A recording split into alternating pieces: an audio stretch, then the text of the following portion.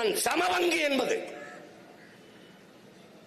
பட்டியல் சமூகத்தில் பிறந்துட்டால், பிரியாவை மேயர் ஆக்கிவிட்டால் இந்த பிரச்சனைகளை எதிர்கொள்ளலாம். நாளைக்கு இதை தனியாருக்கு தாரை வார்த்து கொடுக்கும் போது பட்டியல் சமூக மக்கள், ஒடுக்கப்பட்ட தாழ்த்தப்பட்ட மக்கள் வீதியில் நின்று போராடுகிற போது பிரியாவை முன்னிறுத்தலாம். எவ்வளவு பெரிய ஏமாற்று!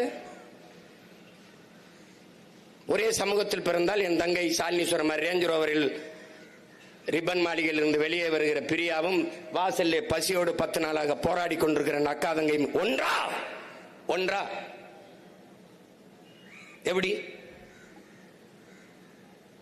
அதுக்குதான் பிரியாவை கொடுத்தது. பிரியாவை கொடுக்கணும்னு ஒண்ணும் இல்ல, அவனுக்கு தெரியும் முன்கூட்டியே தனியாருக்கு நம்ம கொடுக்க போறோம்ட்டு.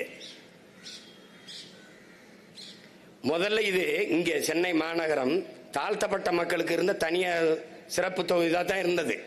அதை தன் மகனை கொண்டு வர வேண்டும் மாற்றிய பெருமகன் ஐயா கருணாநிதி தான். திருப்பி பிரியாவை கொண்டு வர வேண்டும் என்று மாற்றினது இவங்க தான். இப்ப தெரியுதா எதற்காக பிரியா மேயராக இருக்கிறார் என்றால் இதற்குத்தான். யாரிடத்தில் கோரிக்கை வைப்பது? எதற்காக இந்த உரிமை?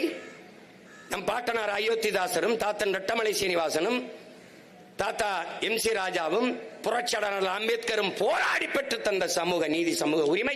எதற்காக? எதற்காக?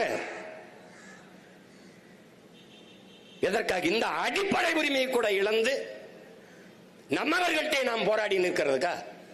நியாயமாக பிரியா மேயர் இந்த போராடி கொண்டிருக்கிற நம் அம்மா தங்கச்சிகளோட உட்கார்ந்து போராடி இருந்தால், புரட்சியாளர் அம்பேத்கர் கொடுத்த சமூக நீதியிலே நம்முடைய பாட்டன் அயோத்திதாசன் மட்டமலை சீனிவாசனும் MG ராசாவும் போராடி பெற்று தந்த சமூக நீதி, சமூக இந்த இதுல நமக்கு நியாயம் இருக்கு. இப்ப எங்கடா இருக்கு சமூக நீதி? இதுல எங்க இருக்கு?